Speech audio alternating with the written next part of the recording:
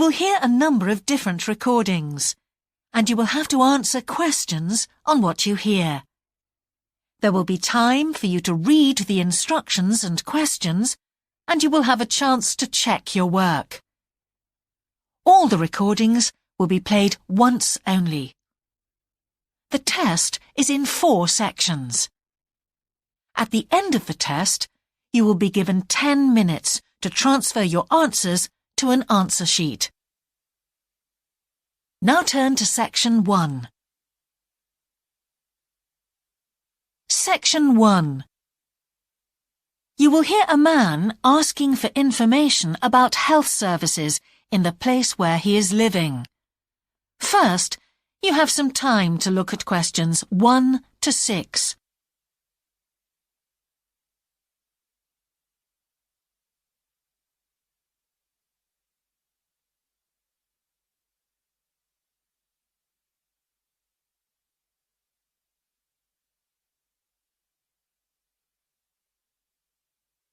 Now we shall begin. You should answer the questions as you listen, because you will not hear the recording a second time. Listen carefully and answer questions 1 to 6. Can I help you? Yes, I've just moved to this area with my wife and children, and I'd like to know where we can all register with a doctor at a health centre. Oh, OK. Well, there's Dr. Green at the Harvey Clinic. We always recommend her for babies because she's very good with them and she runs a special clinic. Oh, actually, my youngest child is 5, so that wouldn't be any good for us. Right. Is there anywhere else I could try? Yes, the Eshcol Health Practice is the next one on my list. How do you spell that? Eshcol. And it's Dr. Fuller who has space on his list. The clinic only opened a year ago, so the facilities are all very modern. That sounds good. And it's particularly good if you're busy during the day because they also do appointments in the evening. They're closed on Saturday, though. The only other place on the list is the health centre on Shore Lane. You can register with Dr. Gormley. That's Gormley. He's new there, but the centre has a very good reputation. Oh, yes. I think I know the road. That would be the best one. Thanks. Could you tell me, will all their services be free? There are usually some small charges that doctors make. Let me see what it says about the Shore Lane Centre. If you need to be vaccinated before any trips abroad, you won't have to pay for this. What else? The Sports Injury Treatment Service operates on a paying basis, as does the Nutritional Therapy Service. Some health centres do offer alternative therapies like homeopathy as part of their pay-to-use service. Shore Lane are hoping to do this soon. I think they may start with acupuncture. Oh. And finally, if you need to prove you're healthy or haven't had any serious injuries before a new employer will accept you, you can get a free fitness check-up there. But you'd most likely have to pay for insurance medicals, though. OK, thanks. Before you hear the rest of the conversation, you have some time to look at questions 7 to 10.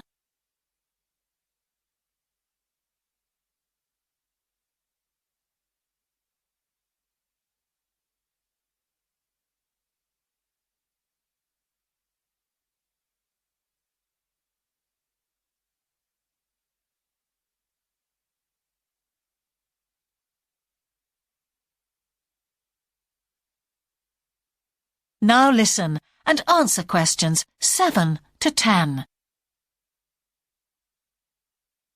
You might also be interested to know the centre is running a pilot scheme of talks for patients.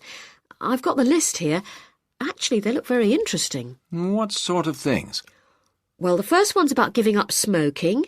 It's next week, the 25th of February at 7 p.m, and that's in room 4. It says the talk will stress the health benefits, particularly for people with asthma or heart disease. That sounds very interesting. There's also a talk for families with children. It's on healthy eating and takes place on the 1st of March at 5 o'clock. Will that be at the health centre? Actually, it's at the primary school on Shore Lane.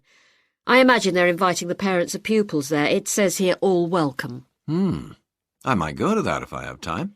There's a couple of other talks. One giving advice about how to avoid injuries while doing exercise. It's on the 9th of March.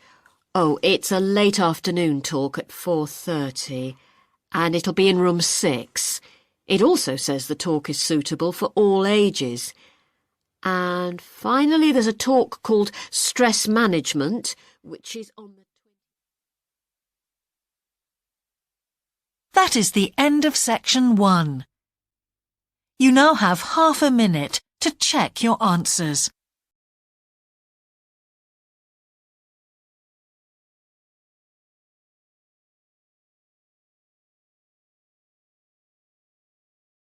Now turn to section 2 on page 92.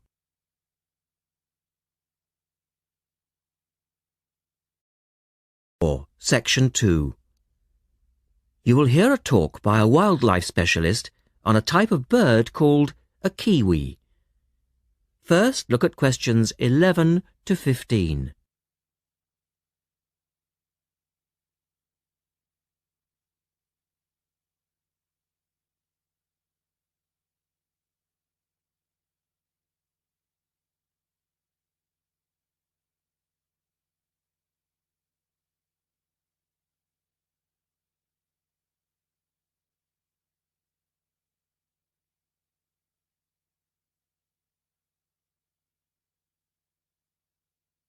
As you listen to the first part of the talk, answer questions 11 to 15.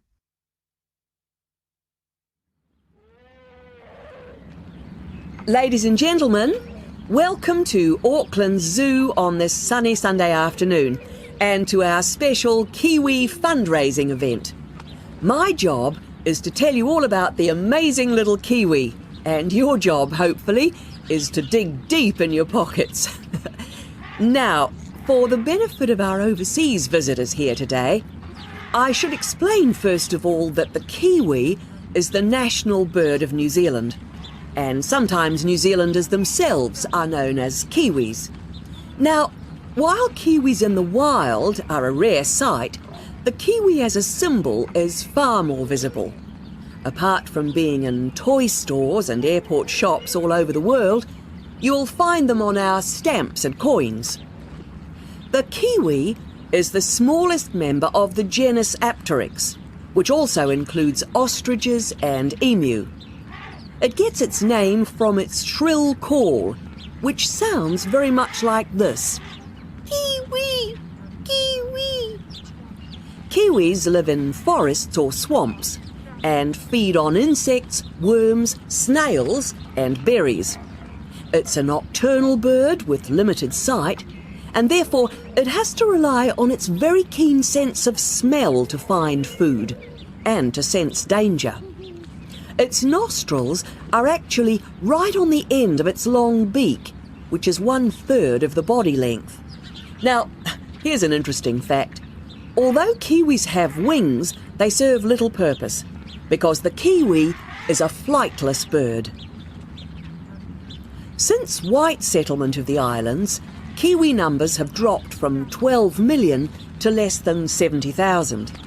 And our national bird is rapidly becoming an endangered species. This is because they're being threatened by what we call introduced animals. Animals which were brought to New Zealand, such as cats and ferrets, which eat kiwi eggs and their chicks.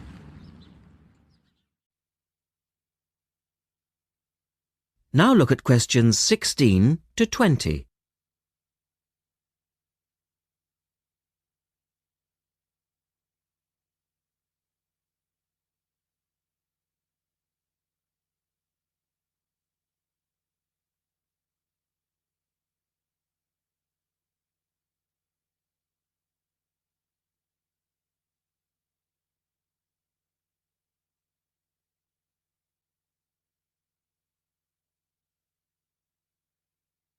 As the talk continues, answer questions 16 to 20.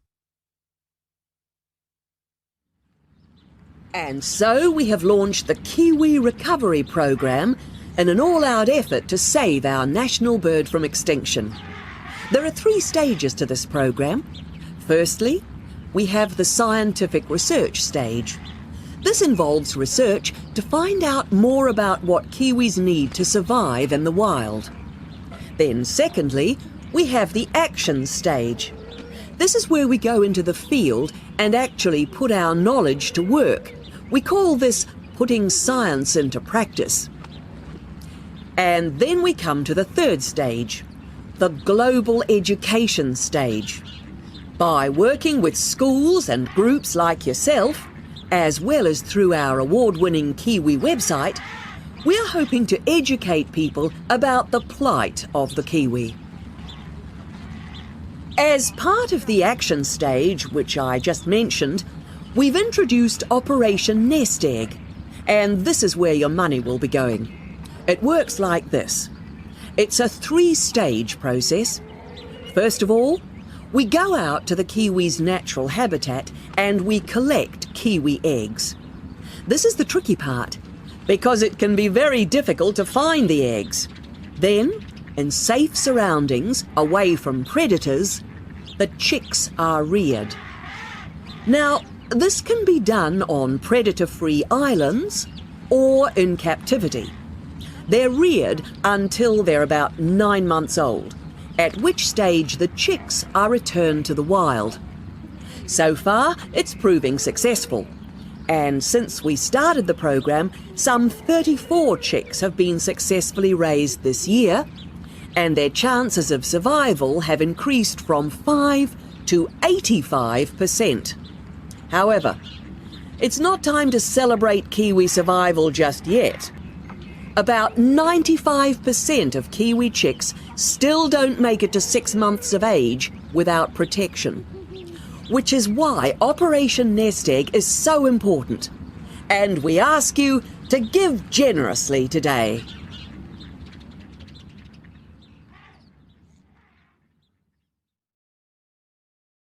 That is the end of section 2. You now have half a minute to check your answers.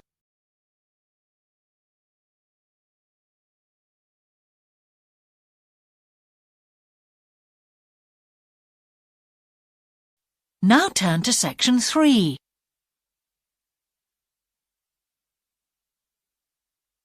Section 3.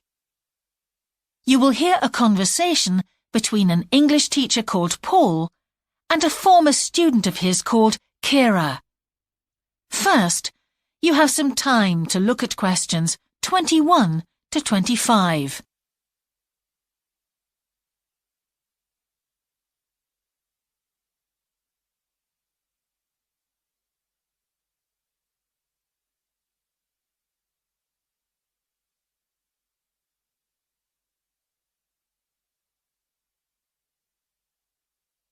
Now listen carefully and answer questions 21 to 25.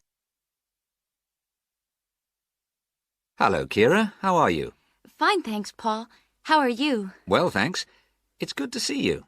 It must be 12 months since you did our course. That's right.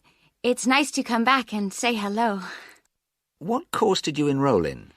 Actually, I went straight into 3rd-year pharmacy. They credited me with 2 years, which probably made it more difficult for me. On the other hand, you were lucky to be granted credits. Is that why you chose the course? Yes, and as I'd already finished a course in it in my country, I thought it would be easier if I studied something I already knew. I didn't realize you went into 3rd year. I thought you started in 1st year. No wonder it was so hard. And what do you think is one of the big differences between studying at a university here and studying in your country? Well, I found it very difficult to write assignments because I wasn't familiar with that aspect of the system here.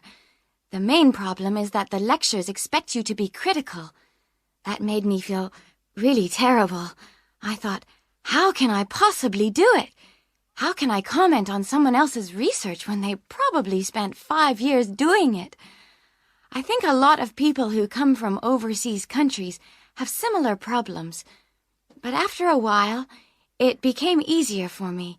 People expect you to have problems with the process of reading and writing, but in fact, it is more a question of altering your viewpoint towards academic study. How was the content of the lectures? Was it easy for you? I didn't really have many problems understanding lectures. The content was very similar to what I'd studied before. And what about the lecturers themselves? Are they essentially the same as lecturers in your country? Well, actually, no. Here they're much easier to approach. After every lecture, you can go and ask them something you didn't understand, or you can make an appointment and talk to them about anything in the course. Maybe you found them different because you're a more mature student now, whereas when you were studying in your country, you were younger and not so assertive. No, I don't think that's the difference.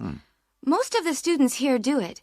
In my faculty, they all seem to make appointments, usually to talk about something in the course that's worrying them, but sometimes just about something that might really interest them, something they might want to specialize in. The lecturers must set aside certain times every week when they're available for students. That's good to hear. Before you hear the rest of the conversation, you have some time to look at questions 26 to 30.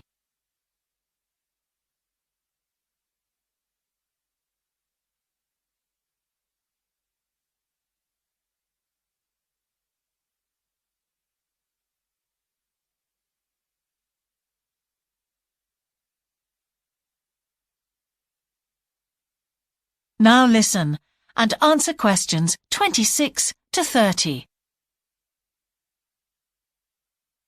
And how was your timetable? Was it a very busy year? Oh, very, very busy. They make you work very hard. Apart from lectures, we had practical sessions in a lot of subjects. We did these in small groups. I had to go and work 4 hours every week in a community pharmacy. Actually, I enjoyed this very much, meeting new people all the time. Then in second semester, we had to get experience in hospital dispensaries. So every second day we went to one of the big hospitals and worked there. And on top of all that, we had our assignments, which took me a lot of time. Oh, I nearly forgot. Between first and second semesters, we had to work full-time for 2 weeks in a hospital. That does sound a very heavy year. So, are you pleased now that you did it? Do you feel some sense of achievement? Yeah, I do feel much more confident, which I suppose is the most important thing. And have you got any recommendations for people who are studying from overseas? Well, I suppose they need very good English. It would be much better if they spent more time learning English before they enter the university, because you can be in big trouble if you don't understand what people are saying and you haven't got time to translate. Anything else? Well, as I said before, the biggest problem for me was lack of familiarity with the education system here. It sounds as if it was a real challenge. Congratulations, Kira. Thanks, Paul. That is the end of section 3. You now have half a minute to check your answers.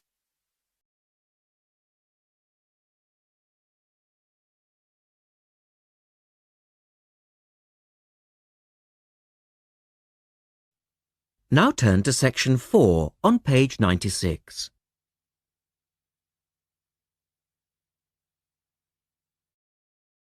Section 4. You will hear a lecturer talking about food preservation. First, you have some time to look at questions 31 to 37.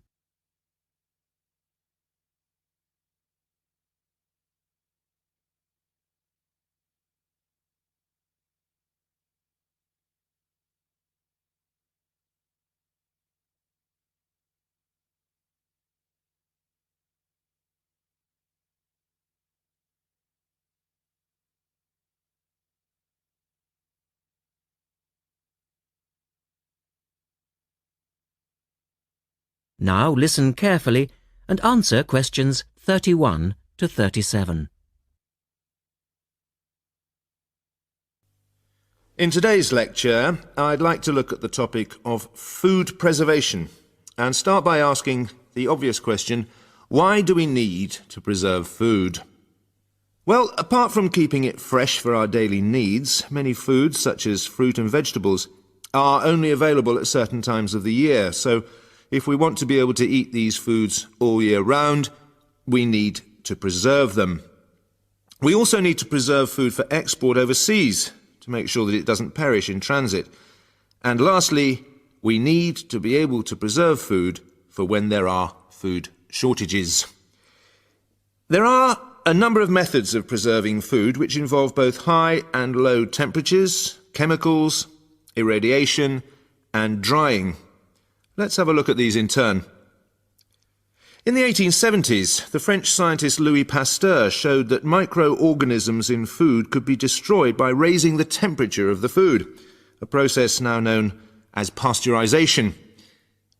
This involves heating milk to just 65 degrees Celsius for 30 minutes. A new method, the ultra-high temperature, or UHT process, involves heating milk to 150 degrees Celsius for 3 seconds. The advantage of treating milk in this way is that it lasts much longer, though I tend to feel, and I'm sure many of you would agree, that taste is somewhat sacrificed in the UHT process. Tin cans were first used in the early 1800s to store and preserve food. Just as they are now, the cans were tin-plated steel containers, and the process had the advantage of being cost-effective. Unfortunately, however, there were many early cases of food poisoning because the canning process was not fully understood at that stage. We now know the exact temperature and length of time each food needs for proper preservation, which has greatly reduced the risk of food poisoning. People living in cold climates often preserve food by burying it in the snow, and the Romans knew all about the advantages of packing food in ice. But for most people, this was not an option until the invention of the refrigerator in 1834. Today, however, refrigeration is the most important means of preserving food because the food stays fresh without needing to be treated. However, refrigeration requires an electricity supply, and unfortunately, if the power goes off, so does the food. A variety of chemicals can be added to food, and you'll find their names listed on the labels of cans and bottles. Salt is probably the oldest of all the chemical preservatives and was used by many ancient civilizations for many years. Sugar also acts as a preservative and is used to preserve jams in much the same way that vinegar is used to pickle foods. Chemical preservatives are effective, but they do not suit all foods, and the processes involved are time-consuming. Another method of preserving food is by drying it. Most foods are 75% to 90% water, so if you remove the water, the microorganisms simply can't survive. When food is dried, it not only lasts a long time, but it also becomes much lighter, which is a big advantage, as this makes it cheap to store. Though some people argue that valuable nutrients are lost in the process. In the second part, the speaker describes the process of drying food. Look at questions 38 to 40.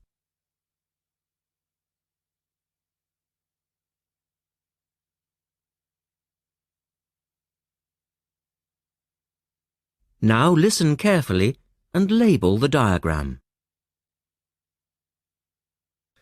Early methods for drying food involved cutting it into strips and hanging it in the sun or over fires. But there are now a number of more modern methods which involve the use of recent technology. One of these is known as roller drying, and it's a highly effective way of making dried foods from liquids, such as soup. Have a look at this diagram to see how it works. Well, first of all, the hot soup is poured in at one end here. The liquid spreads to form a thin layer on a heated belt. The liquid dries as it moves along. By the time it reaches the end of the belt, all the water has evaporated, leaving only dry powder. A blade then scrapes the dried material off the roller and captures it in powder form. All you have to do is add boiling water, and you have your hot soup back again, ready to drink. Another method is called freeze drying, and for those of you who still remember... That is the end of section 4.